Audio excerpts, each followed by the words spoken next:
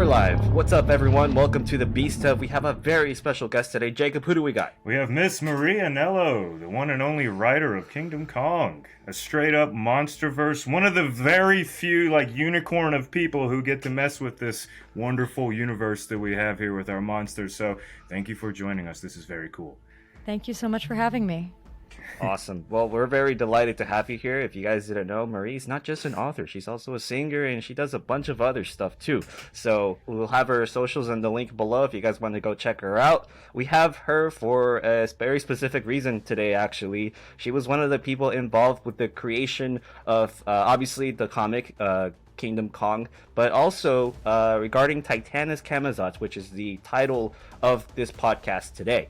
So, Miss Marie, would you mind telling us a little bit about your experience in the creation of this monster? Something that would probably shed light on a few things, because this monster isn't really too much talked about in the lore, but that's why we brought you on here today. It's kind of an underdog. It's kind of almost forgotten a little bit, and we want more info to come out, because Camazots it was a very cool monster. So go nuts on Camazots' background and how you came up with this monster. Thank you. Yeah, no, so Camazots, what happened was when I came onto the project, Legendary has a mythology team of really hardworking folks who have dossiers of monsters and ideas that they want to build off of the Legendary Monsterverse, because obviously there's a huge wealth of kaiju from the Toho movies and stuff, but it's also obviously a real boon to have this cool universe to play with and to have all these different cool monsters that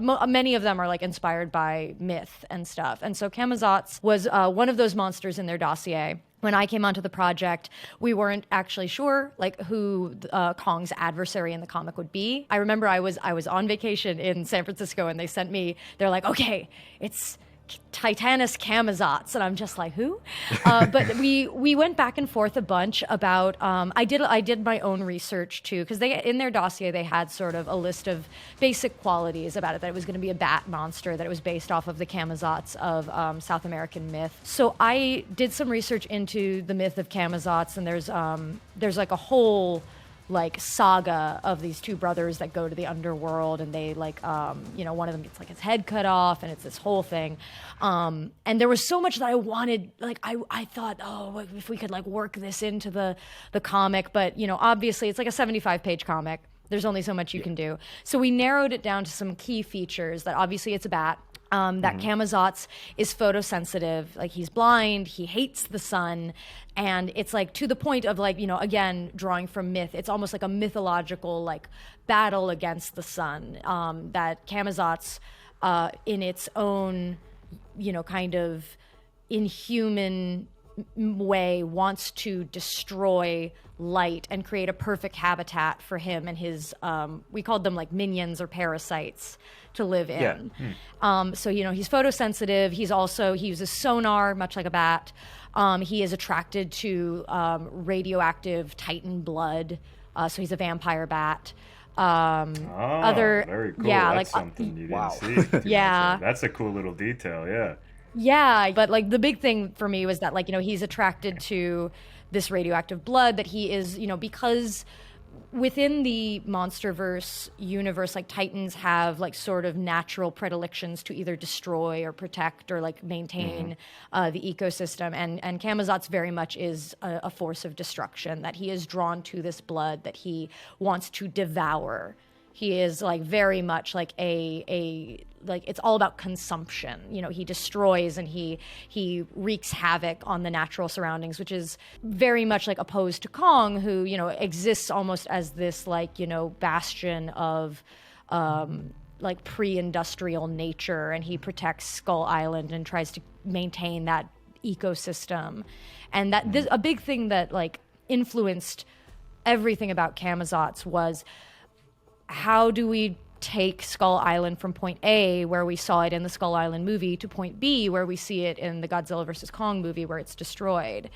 And so much of what happens in the comic is because Camazots is this destructive force, and then the storm becoming sort of intertwined with that So that was all a big part of it. The other big contribution that I did with Camazots really was like, the presence of these like sort of parasitic minions that like they live on him. They like feed off of his destruction. And, that's another thing where like, I liked the idea of almost sort of a Dracula thing where, because like with a lot of mythological vampires, they have minions who are in their thrall that do their bidding. And because we also had such a big like human presence in the comic, I really wanted them to sort of like have these like this obstacle that they were up against, so that it wasn't just everyone against Camazots. I wanted him to sort of have this built-in barrier around him of these little parasites. Kind of like an army versus army sort of ordeal, right? Exactly. I wanted there to sort of be this, front line, that their sole purpose is to just protect Camazots, because they are like, much in the same way that like you have a lot of animals in our world that like, they feed off of, like the like dead skin of other animals, or they feed off of like, they receive a benefit from it. And so these creatures receive a benefit from swarming around Camazots and keeping him safe. Oh snap! Okay, so let's elaborate a little bit on, because you're actually dropping huge info. Like we did not know this any is of this. Very cool. I expected to ask you some things, but I don't need to. I'm just like, let's just like you're answering almost everything we have. It's pretty neat. It's pretty neat. But let's elaborate a little bit on these. By the way, did you guys give them like a name, or were they just like mini Camazots? Yeah. There was a period where I was trying to come up with a name, and I realized that they were never going to be called anything. So I in the script always just called them the parasites.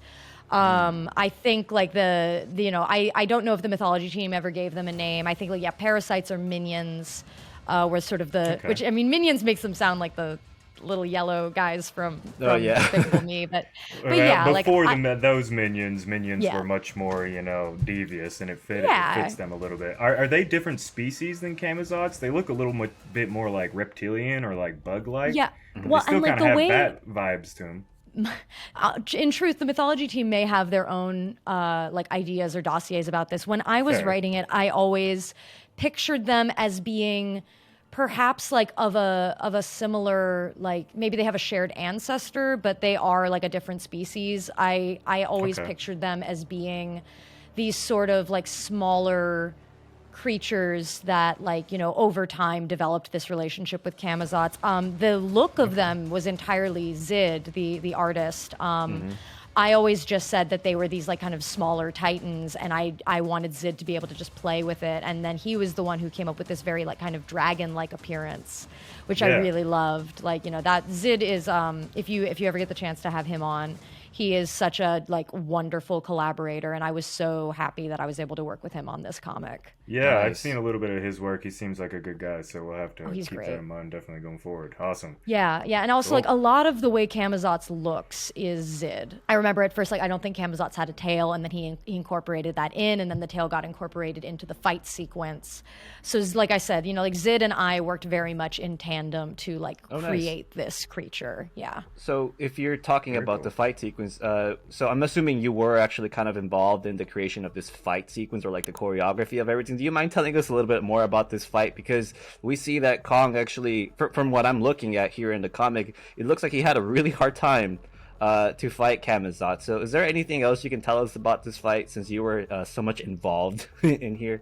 Yes, because that fight sequence, like I'm so proud of that, because like it took a really long time to sort of figure out the pacing of everything. And the big goal for me, like with any like comics writing, and especially action comics where there's fight sequences, I'm a firm believer that the fight sequence needs to tell you something about the story, about the characters. It needs to really like, sort of reflect the themes of what you're telling.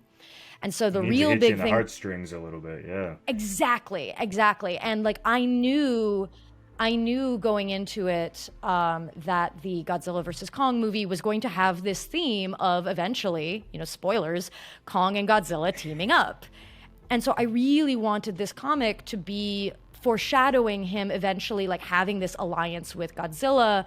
And so a big aspect of the fight was like cooperation and like fighting alongside people towards the same end. And so with that in mind, in scaling sort of Camazotz's like power level, if you want to use like Dragon Ball Z terms, I really wanted Camazotz to be a credible threat. I really didn't want this to just be a thing where like a monster pops up and Kong kills it, and that's, you know, like there's no tension there. Right.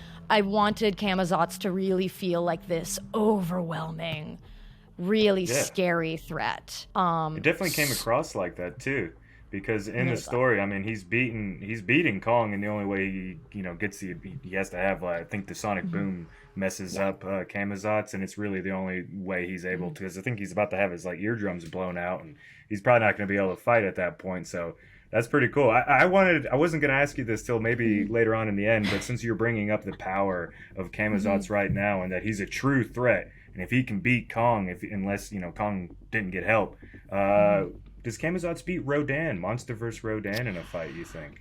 So I've been asked this question before. I'm so happy because it's one of my favorite questions to be asked. My answer is no. Yeah, my answer is no, because he's photosensitive, and Rodan is literally made of fire and light. And I'm also I'm also a really big Rodan fan. Like I grew up like as a kid really loving Power Rangers, and I always loved, because I loved the Pink Ranger and she had the pterodactyl. And so I love flying monsters. I love the whole conceit of like modern Rodan, where he is like this living lava creature. And I've said like on the record, and I'll say it again until Legendary listens to me, like I'd love to do a Rodan book. Legendary. I think a lot of people would love for that to happen too. So yeah. Yes. I think Rodan needs his own story, because he just kind of cut off in the movie. So I know. Yeah, I'm really. One of them will see this and call you. Oh God, yes, please. No, but I am really invested in Rodan, and yeah, like I think ultimately, to kind of tie this back into the fight sequence, because I've thought a lot about this. A lot of people have asked me like, so like objectively, is Kong or Camazotz stronger? And I don't really like to ascribe to that, because I think that when you look at fights between like boxers or professional fighters, so much of it ultimately comes down to like factors like terrain and like who gets the drop on who first. So, you know, a big aspect of this, I was like, okay, you have Kong, who ostensibly has never fought a flying monster this big before. Like he obviously, like there are flying monsters on Skull Island, but he's like the biggest thing there, and all of his fights in the Skull Island movie are like on the ground, they're grappling, he's like a wrestler.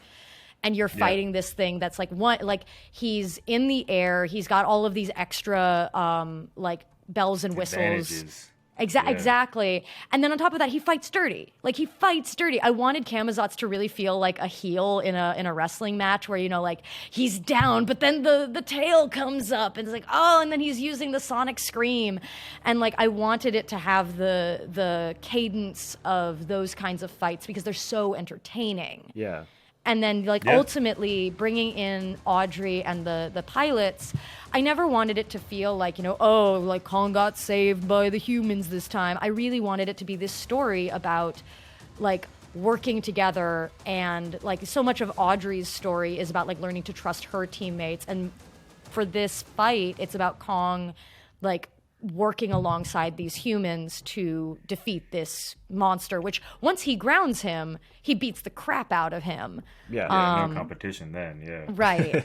And like I've been asked too before, you know, oh, if they ever had a rematch, who would win? And again, I'd be like, that's going to come down to terrain. It's going to come down, like, because now Kong has like this cool like laser weapon that he uses. Like there's so many other factors. Like I would be very interested to see how a matchup, like a rematch would happen, especially because now there's sort of like a grudge. Because I very much do think that these, like, you know, Kong is obviously quite intelligent, and I think Camazotz clearly like has like the capacity for revenge. Oh, okay. And he never got killed either, right? He just got thrown up, right? He got thrown into the hollow earth. So that was actually one of the other questions we were going to have, because I see that, especially on Reddit, like the community is almost kind of split. They're like, oh no, it's clear that thing got killed, you know. But then you have the image where like the minions are following him down there, right? So I'm like, well, why would they follow a dead Titan? You know, so it's like I'm glad we Yeah, in the cleared the air here. Monsterverse, unless you see a head get ripped off in the Monsterverse, that thing's still alive. Yeah, no, I very much didn't want Camazots to die because he's too cool of a character. Yeah, I'd like to see more of him, definitely.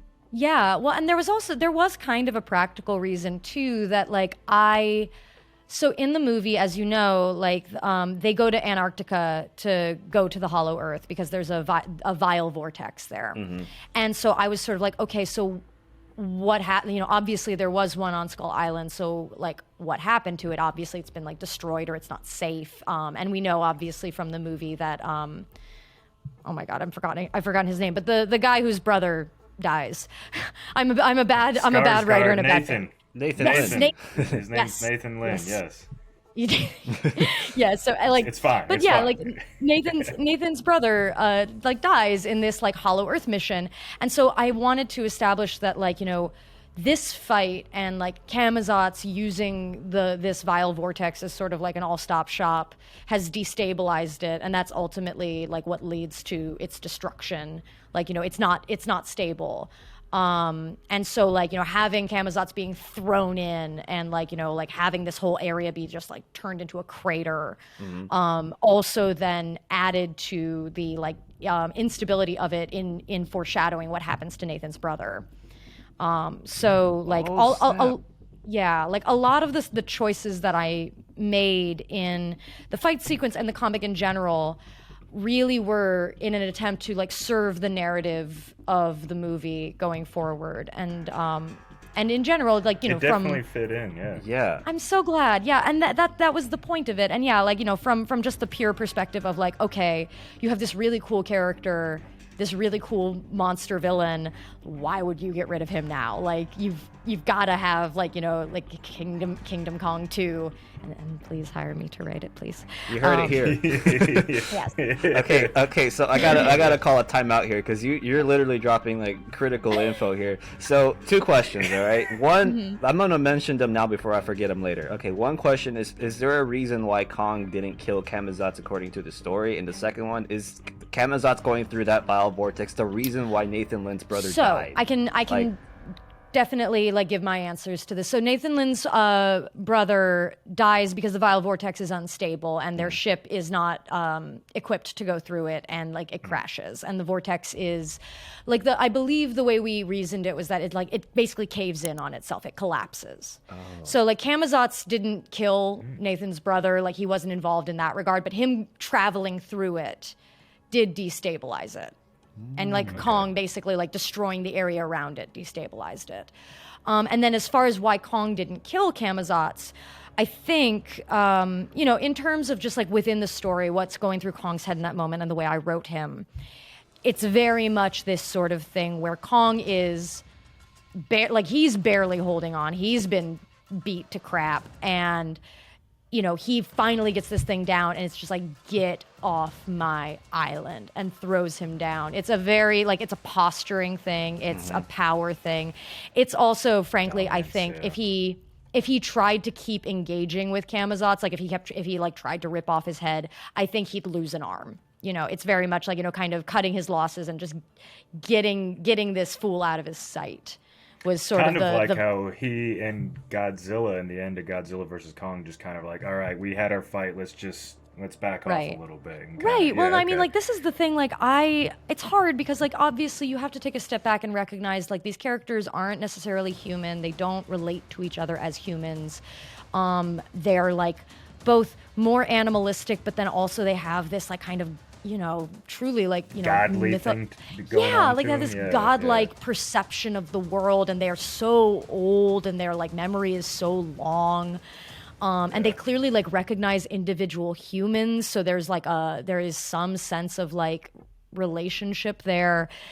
With Kong, like something that I really loved that the editors at Legendary told me is they were like, we want this feeling, like, you know, like this, it's like heavy is the head that wears the crown. Like, we want him to feel tired because at this point now it's been so much longer since we saw him on Skull Island. You know, he is truly like an adult, mature Kong, like a one of his species, but he has no other like individuals of his species to relate to. And so he's got this, and you know, and he has this like intense weight of loneliness and responsibility on him. And like in describing Kong, it says, you know, maybe you just get really good at killing things.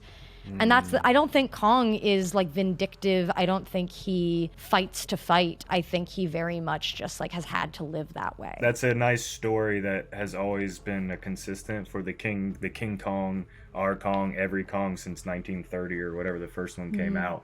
He doesn't want to be a fighter, but he has to be, and he's all by himself, and he's just, you know, he's having to survive. And that there is a lot of deepness to King Kong, whatever one, you know, it's kind of a tragic story every time, because he's just on this island all by himself. His family's gone and dead, and he doesn't want to have to keep fighting. He acts like he always just wants to sit down, drink a beer, relax, look at the nice pretty view.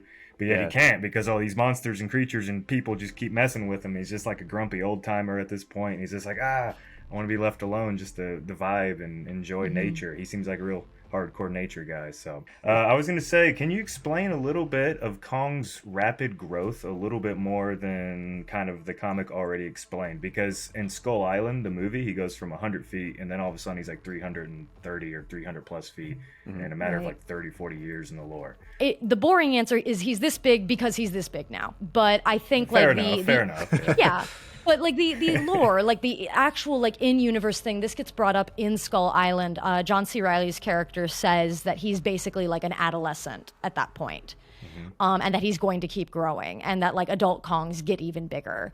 My reasoning in terms of like, you know, the rapid growth and how big he is now is that like he has hit maturity. He's also, you know, much in the way that a lot of animals are, is that like, you know, there is nothing that is like a natural predator to him. Like I guess the skull crawlers could be, but even then, like he is quite, you know, he is so battle hardened. Yeah. Like, you know, he's going to continue to fill out that space because nothing is going to like come at him until Camazots shows up. Yeah, that's a good point, because to your points, guys, I actually had a chance to chat with Arvid Nelson, the author of I think it was like Birth of Kong, right? Okay, so he was the one who helped. Yeah, it's really good. He also mentioned something that was very similar to what you just said. So I like to use the analogy of a goldfish. It depends on how their environment is, right? If it's too tight, if they're under stressors, they're not going to grow to their full potential. And whenever, like what Jacob said, he killed off Ramorak, and then that exponentially managed to grow a lot faster at a faster rate, right? So now that you guys are both mentioning this, do you think if Camazots were to just lurk around, Kong would just stop growing at his normal rate, or would that change?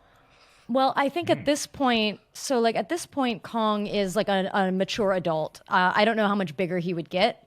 I think that, like, because now he's in the Hollow Earth, and I think that, like, he's going to now be facing off against a lot of monsters similar to Camazots that are as big, if not bigger than him. I don't know that he'll keep growing bigger. I think what'll happen is he's going to,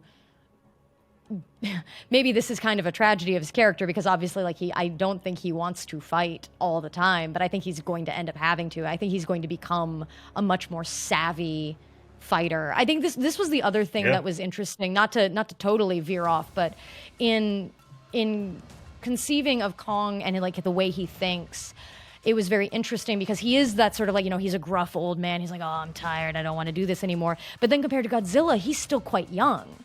And like compared to Godzilla, like Godzilla is truly like this ancient creature, whereas Kong is like, you know, kind of like the young buck stepping up to him. And I think that that's a really cool interplay. And now that Kong is in the Hollow Earth, he's sort of like now having to step into this role as this like I don't know, like almost like a superhero in this world where, you know, he is essentially going to be facing off against all of these creatures all the time. But it is literally also the place that he comes from. It is his natural habitat. Yeah, what I'm seeing here is maybe he's not so much going to grow too much, but like you say, he's going to become more savvy. So maybe his combat ability might just go way up because now he's facing titans. It's not just skull crawlers. It's not all this Skull Island cannon fodder. No, these are freaking war bats. Potentially Camazots sized creatures, if not bigger, like you said. Yeah. So I mean, that's awesome. I mean, I'm glad to know that, you know, our boy Kong is going to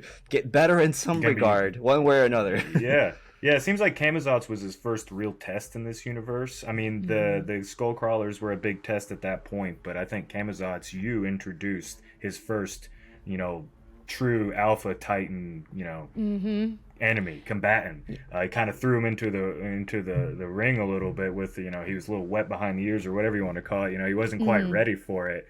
And that slowly progressed him. And without that fight with Camazots, he does even worse against Godzilla because he's not ready to go against the big boy. When he, you know, he needed that stepping stone. And that kind of further earlier when you brought up the whole like advantages of a fighter and all that, that made me happy because I'm kind of a big sports guy and all that. So that definitely, like, it all makes sense how he, you know, everybody's got their advantages and what makes them better. And it's very cool to see that in Kong's situation. And now that he's going to the Hollow Earth, he's going to be able to, you know, get used to his skills even more and grow as a fighter. I think we're going to see a very cool Kong going forward, I think.